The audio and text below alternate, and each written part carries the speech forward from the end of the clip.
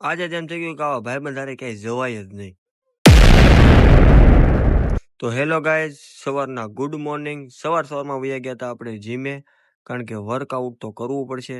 Workout પતાવીને પછી આવી ગયા આપણે દુકાને આજ આપણે સાવ કામકાજ વગરના બેઠા હતા, પણ આપણે કઈ બહાર જવાનું નહોતું. પણ આપણો ભાઈ ગયો તો અંકલેશ્વર મંદિરે, કારણ કે ભાઈએ લીધી છે ને નવી ગાડી, તો એ ભાઈને મંદિરે ત્યાં દર્શન કરવાના હતા.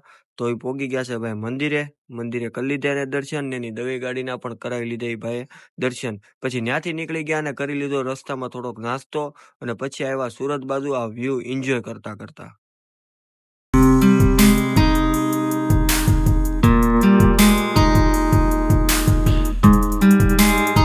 પછી પહોંચી ગયા સુરત, અને સુરત આવીને મોગલમાં પીપોદરા મંદિરે દર્શન કર્યા.